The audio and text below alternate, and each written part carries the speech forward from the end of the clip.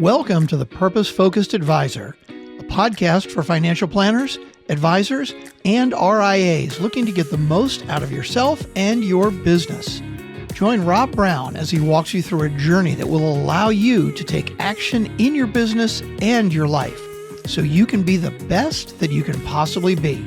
Now here's your host, Rob.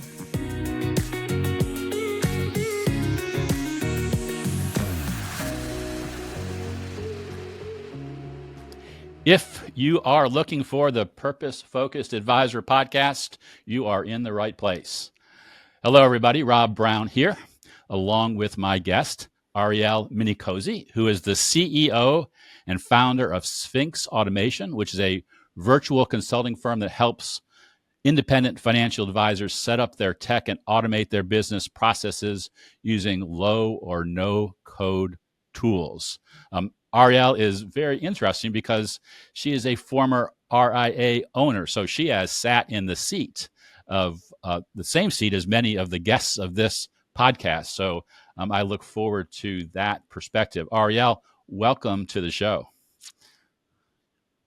Thank you so much for having me, Rob. I'm so excited to be here. We had a great pre-show call a few weeks ago, and I learned that Arielle is the sister of triplet girls, and I am the father of triplet daughters. So I think we have a little special connection. I don't know how that works, but I hope it makes this conversation today more fun because, as they like to say, triplets are terrific. That's the first time I've heard that, I have but a I like t-shirt. it. I'm getting used to that.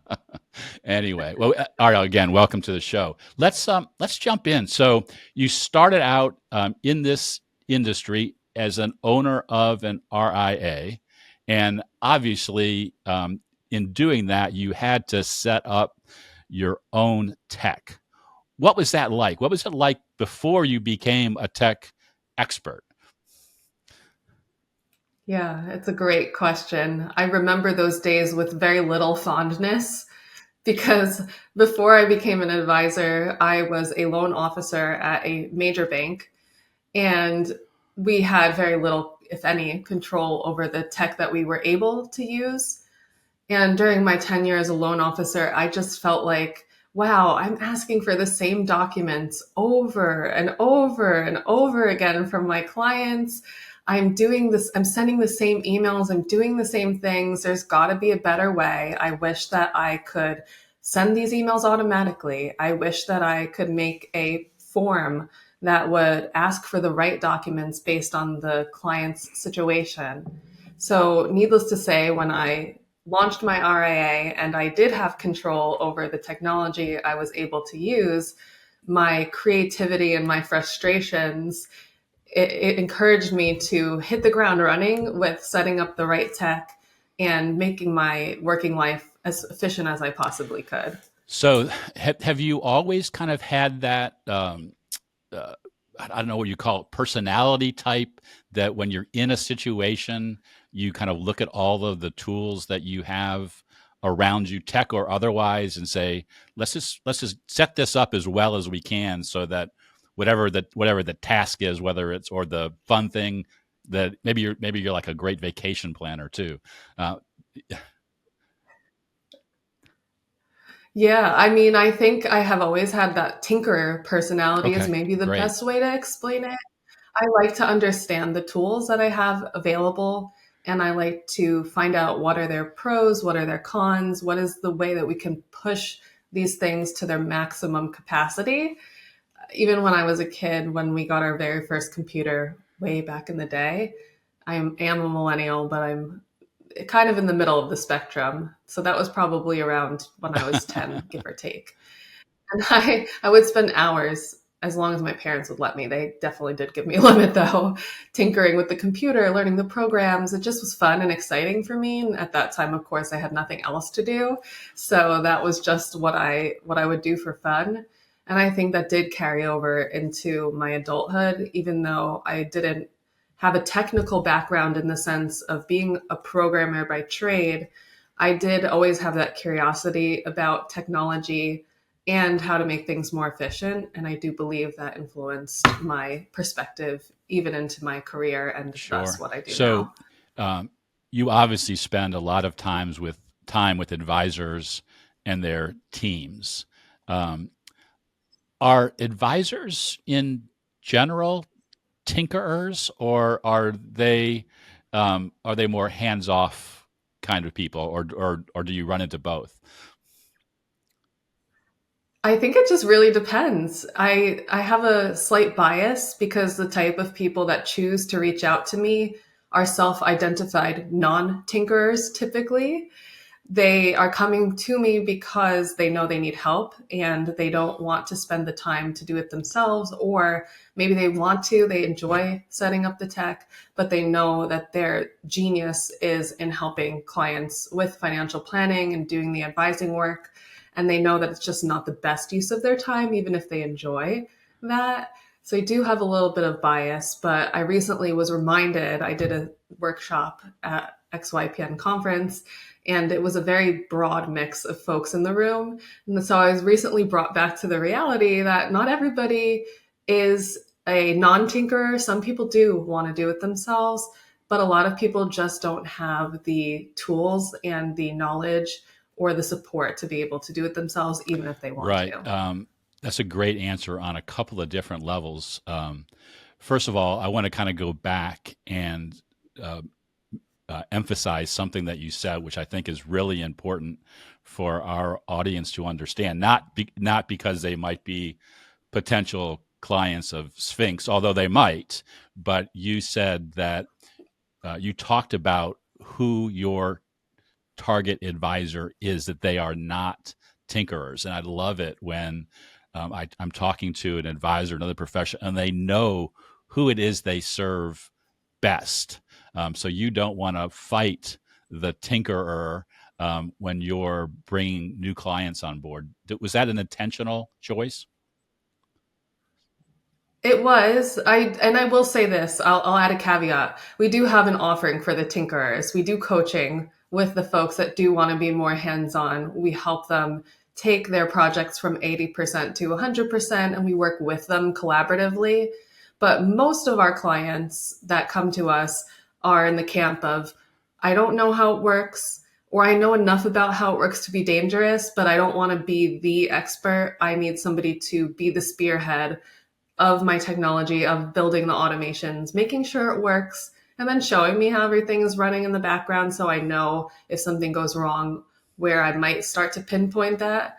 But typically most of our clients are not the tinkerers, but I will say, to clarify for the tinkerers, we love you and we really love to educate and work with you. It's just a different sort of service engagement that we use for Well, those type as of you folks. probably remember from your, or even not just from your RIA days, but also today, that advisors who choose to settle on an ideal client for their business, although they may serve non-ideal clients, and maybe as you do, serve them differently when you can focus on that ideal client, the projects tend to go more smoothly. They're more enjoyable for you and for the advisor that you're working with. So I love that you really have thought about, and this came out in our last conversation, you've thought about who it is you can serve the best as you grow your business.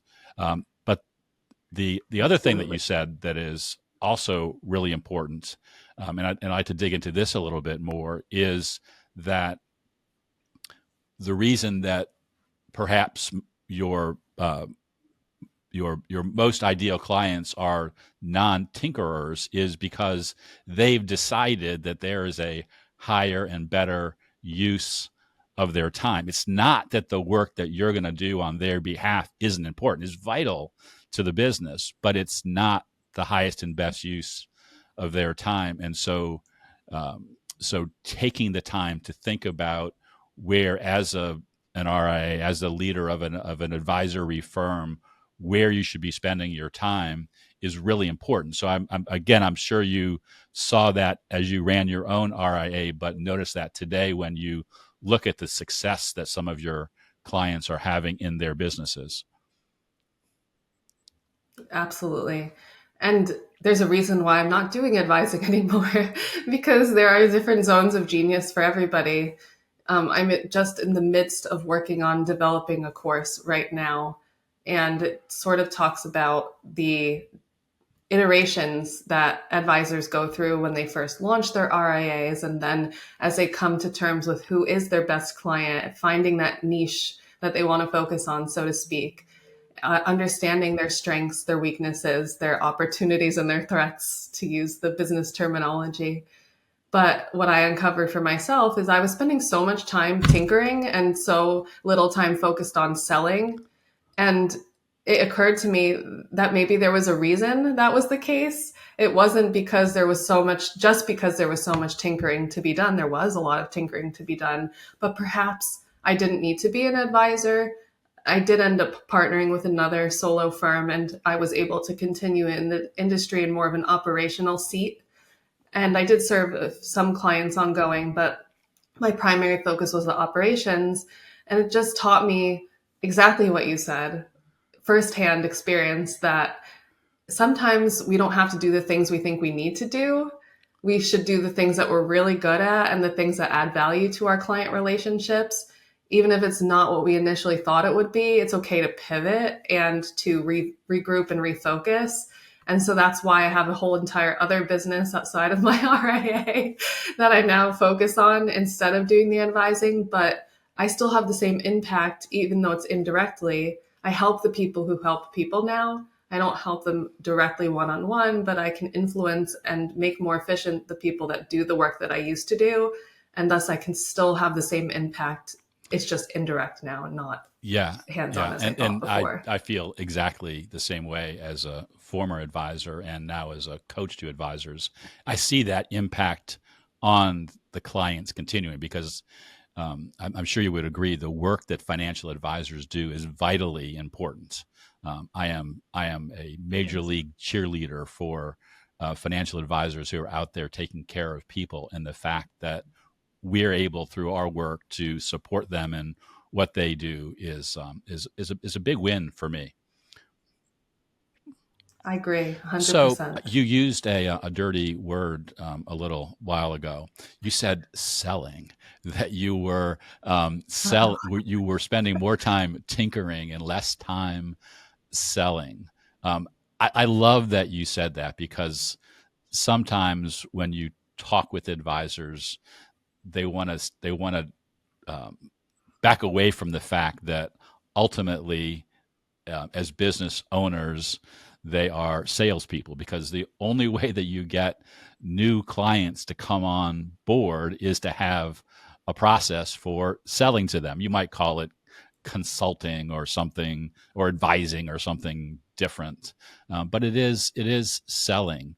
Talk a little bit about um, how you see that, both as a business owner and owning your own business and having to sell your services to advisors and having, I'm sure, a streamlined sales process, but also why that selling is so important to advisors to keep front of mind, even if they don't want to use that dirty word. Yeah.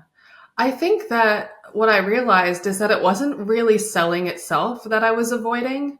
It was selling the kind of services that I thought I needed to do that took me away from the tinkering that I really enjoyed. Because I obviously have a different business now that's pretty successful. And we do selling. We sell, we have to, because if you have a business, the only way, like you said, you're going to get clients is if you sell. But it just feels a lot more comfortable.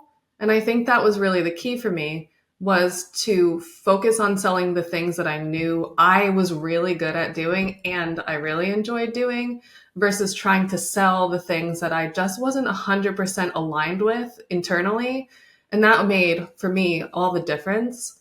I think that there are a lot of fabulous sales coaches out there, Nancy Blakey being one. She just released a new book specifically to help advisors sell. And I think she really gets it right, because in her, to summarize her concepts, if you're aligned, if you're being authentic, if you're being true to yourself, if you're focusing on the things that you're good at and the things that you enjoy doing, it's just like having a conversation between you and me right now. When you're selling, you're aligning what you can offer to the person on the other side of the table's needs. And that's all it really is. It doesn't have to be something more than that. It doesn't have to be a dog and pony show. It doesn't have to be tricks. It's just, can I help you? Do your needs align with what I can offer? A simple yes or no is the only goal. And at the end of the day, if that person isn't a good fit, better to find that out and let them find somebody who is a better fit than to try to force the situation. And I think when you think of selling that way, it just becomes a world easier than trying to force something on somebody that they don't need. So the comfort has to go both ways. In the sales coaching that I do with some of my clients, we call it solution selling, and we're identifying what it is that client needs and matching it up with that thing that we're proud of, that we do so well in our zone of genius. In some ways, that becomes really just becomes almost invisible, but it has to be intentional. It's when you're not intentional about it, I think, that you lose you lose your edge, and you forget, hey, I've got to drive my business forward, because every business needs to grow. It needs to find new clients. And I just want to give you a shout out too, Rob, because even getting me on this podcast in a way was you selling to me. You reached out to me or your team reached out to me on LinkedIn and was like, hey, do you want to come on our podcast? And just even that simple act of asking for something from another person, you weren't selling a product, but you were selling something that was beneficial in a way to you. But the thing that was key, in my opinion, is the way that you pitched it. It was beneficial to both of us simultaneously. And I think that's what really aligned selling can be. And I think that was a great example and a great experience that I had working directly with you. Even though it wasn't really traditionally selling, it was still a great sale. So thank you for that. And I appreciate you pointing that out, because sometimes we do selling in ways that we don't. I don't think about that as selling. I think about this as partnering, because I have this podcast that I need great content for if I want my audience to keep coming back and grow. And you also are addressing the needs of people in my audience. So we had a way of partnering and networking together. So there is some real selling going on there. So that's a great observation. But we've talked about a lot of stuff so far, Arielle, but we haven't talked too much about tech and your specialty. Why it is that you think the work that you do is so important to advisors. So speak to that a little bit. Maybe first from the advisor who is thinking about maybe starting their own RIA and going independent. What considerations should they have? And then we'll kind of dig into, if you're in a tech mess, how you might help somebody get out of that mess and stop tinkering. Yeah, it's a timely question because, as I said, I'm working on a course right now, and the target audience for that course is the just launched advisors, folks that are maybe even not launched yet, but they're thinking about pulling the trigger on launching an RIA, all the way up to folks that are in their first year of their RIA. And the reason that I wanted to make that course is because, again, a lot of our clients who come to us, they already know that they don't want to be focused on the tech. They don't want to be focused on the automations. They want to actually focus on the work of advising. But another key consideration that we have when we work with folks is that we need them to know what are their processes.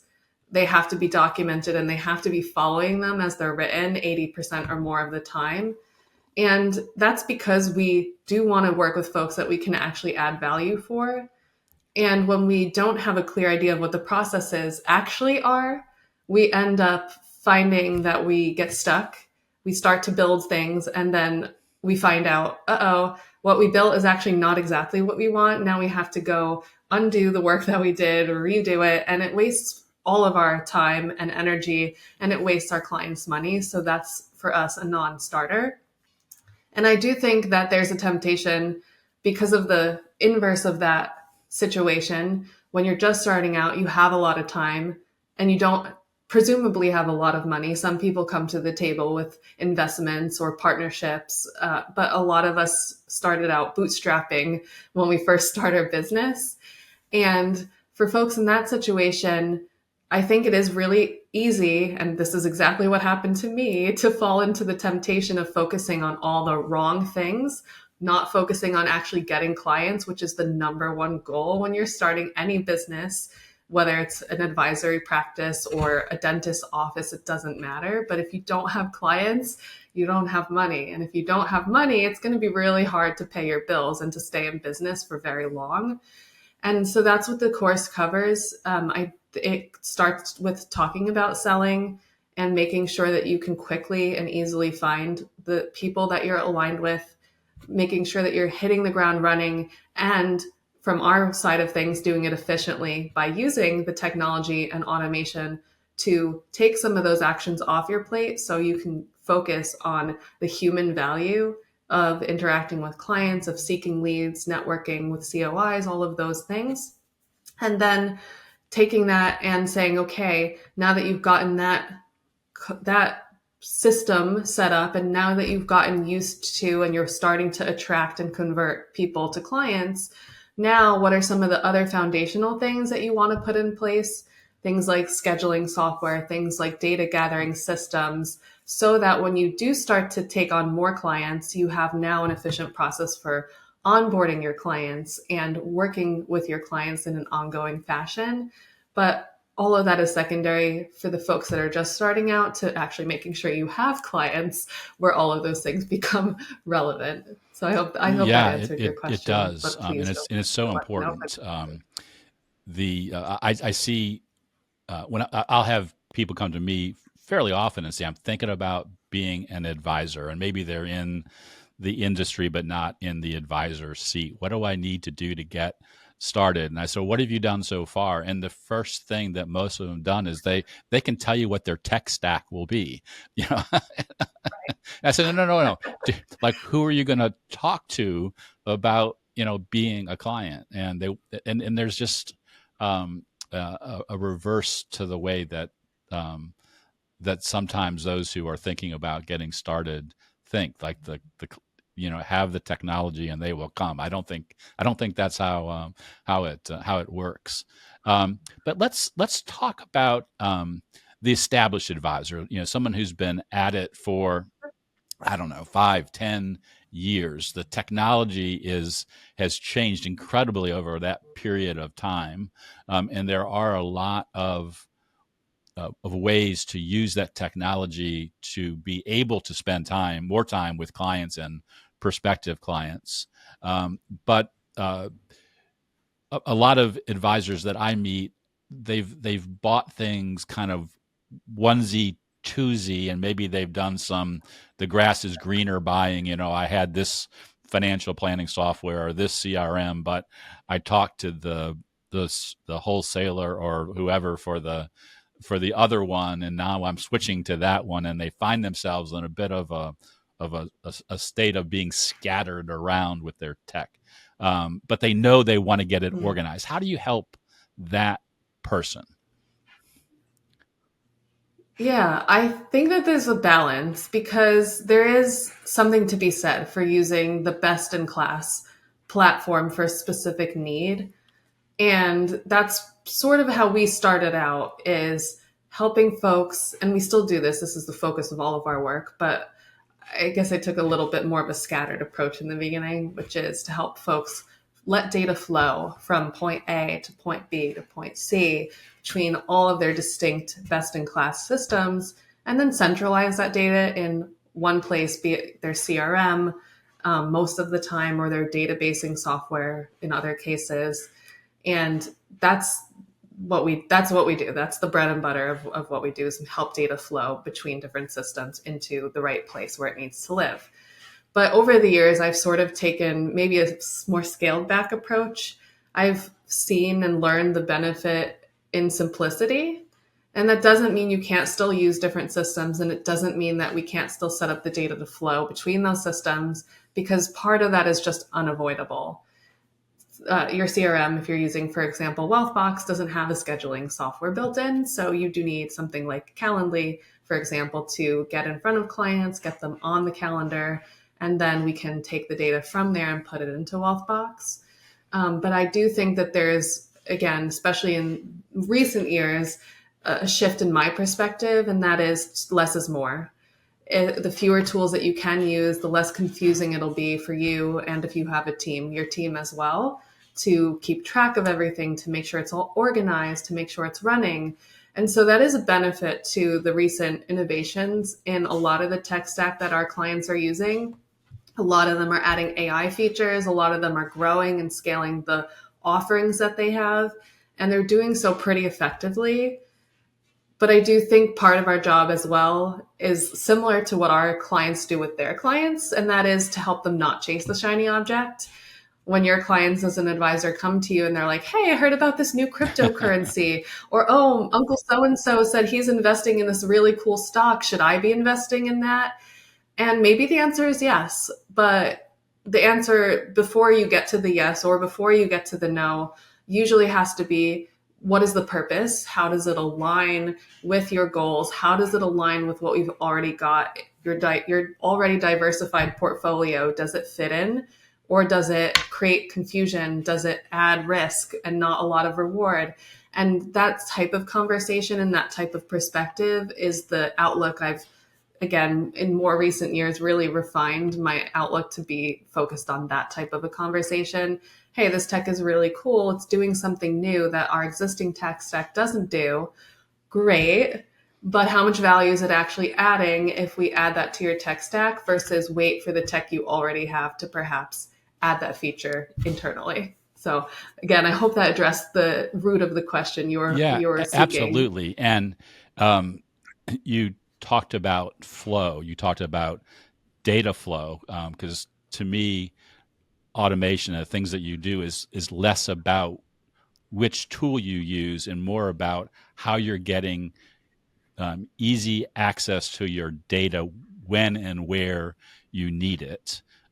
It's not necessarily about who has, the greatest AI add-on, although certainly those are fun to play with. And then you also talked about the flow that comes with simplicity. And I'm sure you see this all the time. I see it. I talk to advisors who have, a subscription to XYZ software. They've been paying, $200 a month for the last 3 years, and they've used it twice. And they're kind of hanging on to it, waiting for that one big use case that will land them some big business that will justify the fact that they spent 2 years paying for the software, which is kind of a silly thing to do. I'm sure you see that the software, the programs, the tools that are on site but aren't being used. Yeah, I actually, again, I have a bias because the type of people that come to me have a certain mindset. I actually think most of our clients are the opposite of that. They're willing 100% to cut out any software that they're using in their tech stack right now to take a leap forward to the next better thing.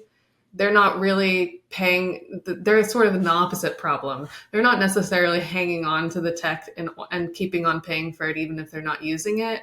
But the problem that I see with the type of clients that I serve is that they are willing and eager to jump ship. And that, while again, it can add benefit if you get a platform that gives you access to the tools that you didn't have before, that's not necessarily a bad thing. But what they fail sometimes to consider is that they're also losing other features that they had in their existing platform. And most importantly, they're creating inefficiency for themselves and their team, because let's be honest, switching CRMs or switching email marketing platforms, it's not a simple snap of the fingers. It's quite a lift and it takes a lot of time. And so I kind of in a way wish that some of my clients were in that bucket of keeping on paying for a platform that they're not really maximizing, because then at least we could come in and help them maximize their use of that platform before they decide to pivot.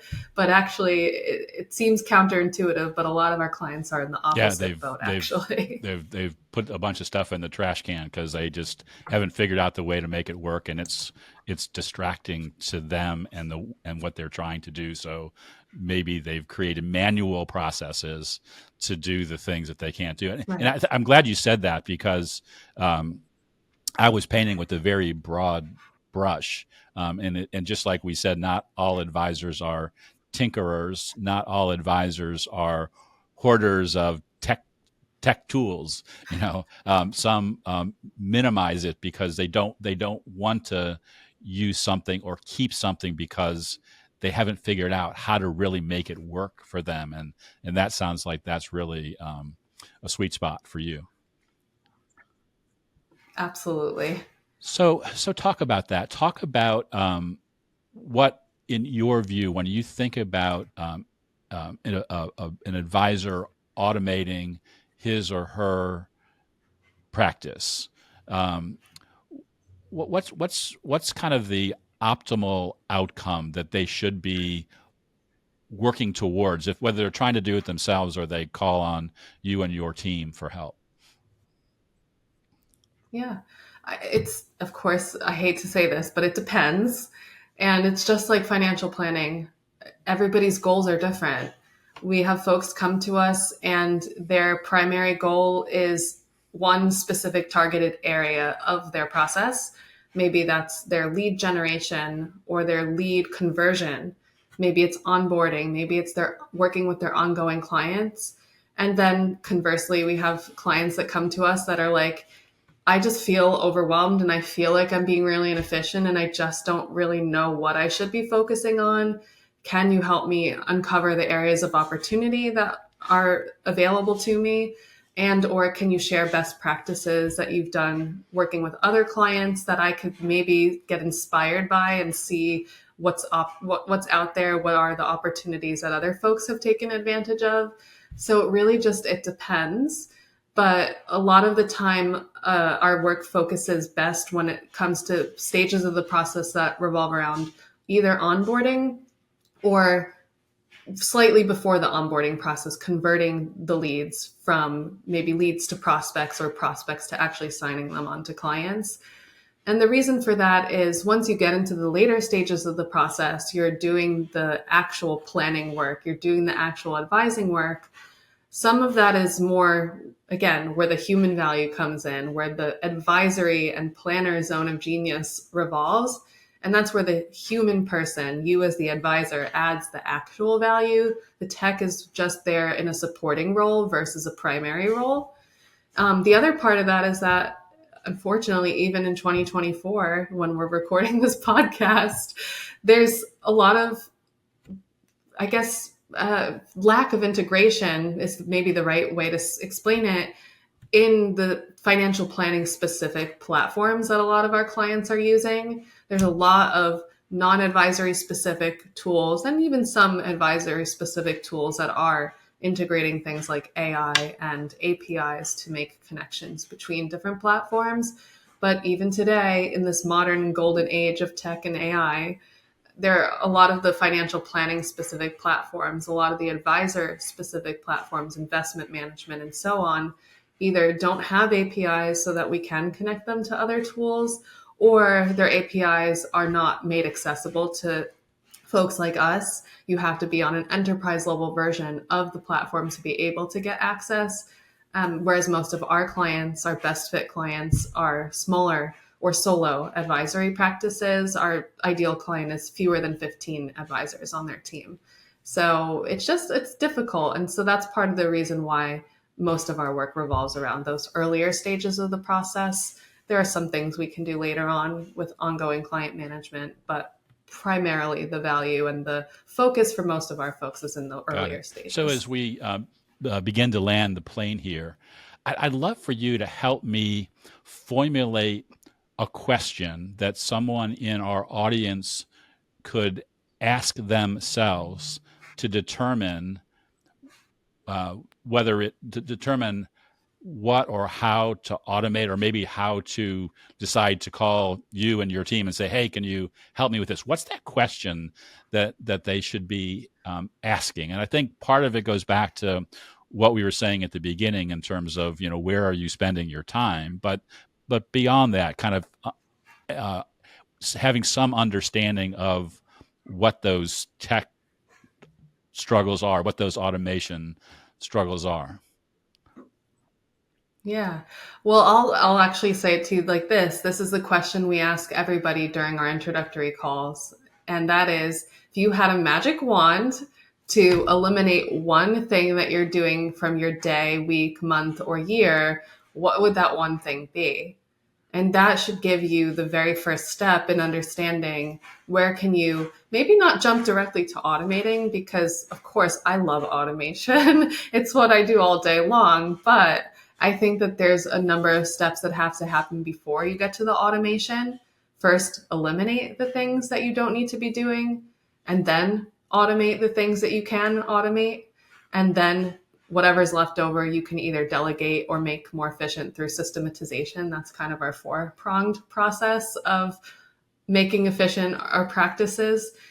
But the one question to get you started, to get the ball rolling, is really just think, if you had that magic wand and you could just wave it and one thing would disappear off of your plate, what would that one thing be?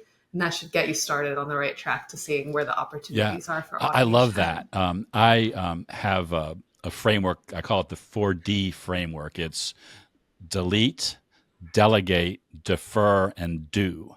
And delete always comes first. I just love the idea of, if you're looking at your to-do list, or you're looking at that list of things that you do over and over again on a daily, weekly basis, you ask yourself, is that something that really needs to be done, or can I just get rid of it? What happens if I get rid of it? And so I delete it. And then I say, okay, well, next, there's still a bunch of stuff left. What can somebody else do for me? It could be somebody on my team. It could be a virtual automation person like yourself. What can I delegate? And then that leaves you with, okay, the rest of the stuff you have to do, and it's whether you do it now, the do, or you defer. You say, hey, this is not a do now thing. I need to do this after the first of the year, and you put your list out there. So I love that that you said, wave the magic wand. What's that one thing to get rid of? I didn't delete, because getting rid of stuff just frees you up to think about the things that are most important, and gets the ball rolling. And so there's momentum that comes from that. So I think that's part of why you ask that question. It is. And that just because we want to take it off our plate, to your point, doesn't mean that we can actually get rid of it. Some of the things like compliance management, for example, are things that none of us really, well, I guess there are some people that love that, but it's not me. And it's probably not the folks listening to this podcast, because otherwise you'd be in compliance and not doing the actual advising. But some of those things have to be done, but it doesn't, as you said, have to be you doing it. But it also doesn't have to be another person. It doesn't mean you have to hire somebody to do that. Sometimes it does, but a lot of times your tech can handle a lot of that for you, making sure that the things that are important don't fall through the cracks, but also taking them off your plate too. So it's the best, in my opinion, of both worlds. It's still happening, but it's just happening outside of your purview, and it's happening without you needing to add input. That's time, awesome. and energy. Well, I want to thank you so much for being on the podcast, Arielle. For our audience, tell them the best way to get in touch with you if they want to wave that magic wand.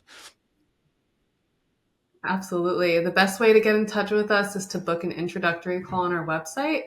It's sphinxautomation.com/intro-call. And you could also email me, team@Sphinx Automation. That's Sphinx with a Y. Happy to be here. Thank you so much for having me. Yeah, Rob. it's been great having. It's been a great conversation. The time has flown by. Maybe it's that triplet energy.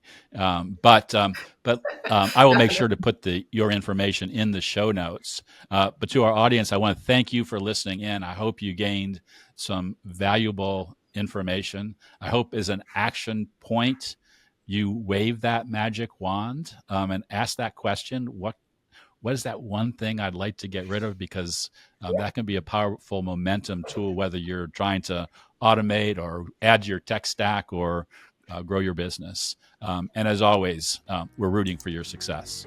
Have a great week.